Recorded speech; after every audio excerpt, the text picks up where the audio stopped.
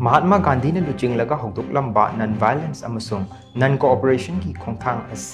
Khongjang Asi Ngasi-Ngasimak oiriba Manipur ki phivam asida Chunaba ama Oiri haina hanagi MP Dr Th Meinya na phongdorakli wafam asi Karnataka gi Belgaum da kumcha lising amaga chamapan kun marida Mahatma Gandhi na preside tawraga pangthokhiba Congress Working Committee gi amatangairaba session adu ngasi chahi chama mapung fabaga mari leina na pangthokpa ningsing thoramda mahakna phongdokhibani hanagi MLA Muhammad Fazur Rahim yauna MPCC gi makok thongba thaupuba singna saruk yaraga Congress Bhavan ta pangthokpa thoram aduda Dr Th Meinya na hai political gi freedom fangnaba justice amasung equality leinaba amadi unity in diversity gi wahanthok mayek sengnaba gi pandamda jangsen khiba Mahatma Gandhi non-violence amasung non-cooperation movement asi tha kun faraklaba Manipur gi irang asida yamna chunaba haibadu oiri center amasung state laingakna Manipur da thokliba irang asigi tung koina chanagadaba waroisin ama purakna bagi thorang paikhatpa ude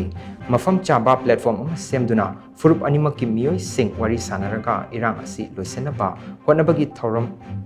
tawdaba haibasi democratic governance amana chatkadaba lichat ki wangmadani hojik paliba lengak asidi matau karamna sashan tawgadagi haiba khangdre lengak pairiba sing political wakal loksing amata leitre haina lobada thoina langadawa mande masi Manipur miyamgi oinadi yamna laibak thibani Manipur thokliba irang asigi waroisin purakki hairabadi hojik kari tawgadagi haiba sida wakal khanbana achumbu oigani mamangda thokiba thodok sing nainaraga irang asi wakhaiba yaroi haina mahakna makha takhi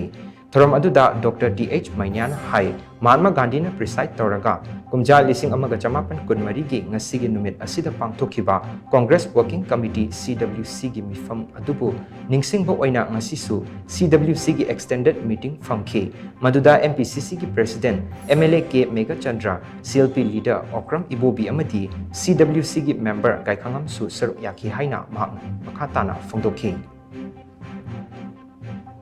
ꯑꯩꯈꯣꯏꯅ ꯗꯔꯀꯥꯔ ꯑꯣꯏꯕꯗꯤ ꯑꯩꯈꯣꯏ ꯍꯧꯖꯤꯛ ꯍꯧꯖꯤꯛ ꯑꯩꯈꯣꯏꯅ ꯍꯣꯜꯂꯤꯕ ꯁꯣꯔꯁꯤ ꯑꯐꯕ ꯍꯣꯜꯂꯤꯕ꯭ꯔꯥ ꯆꯤꯡꯁꯤ ꯐꯔꯤꯕ꯭ꯔꯥ ꯑꯩꯈꯣꯏ ꯗꯔꯀꯥꯔ ꯂꯩ ꯑꯩꯈꯣꯏꯒꯤ ꯍꯛꯆꯥꯡ ꯂꯥꯌꯦꯡꯕꯒꯤ ꯄꯩꯁꯥ ꯅꯨꯡꯁꯥ ꯑꯩꯈꯣꯏ ꯄꯨꯊꯣꯛꯄꯒꯤ ꯗꯔꯀꯥꯔ ꯂꯩ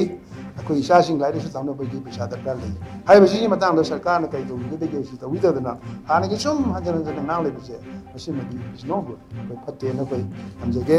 ꯑꯗꯨꯒ ꯑꯩꯈꯣꯏ ꯖꯦꯅꯔꯦꯜ ꯄꯕ꯭ꯂꯤꯛꯁꯦ ꯑꯩꯈꯣꯏ ꯃꯌꯥꯝ ꯄꯨꯝꯅꯃꯛ ꯖꯦꯅꯔꯦꯜ ꯄꯕ꯭ꯂꯤꯛ ꯉꯥꯛꯇ ꯑꯣꯏꯔꯦ ꯍꯧꯖꯤꯛꯇꯤꯀꯣ ꯏꯟꯗꯤꯌꯟ ꯄꯕ꯭ꯂꯤꯛꯁꯤꯗꯤ we must not get pull into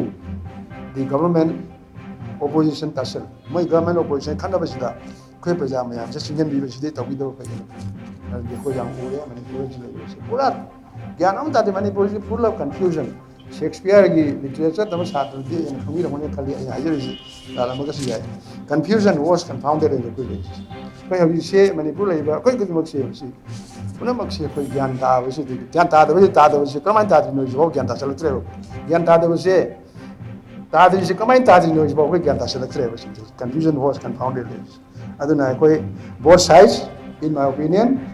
are not right, if not guilty. My Loinamus Sumdrakasu, my Loinamus Sumdrana Kali, Adu Marale and Drakasu, Sumdrani love.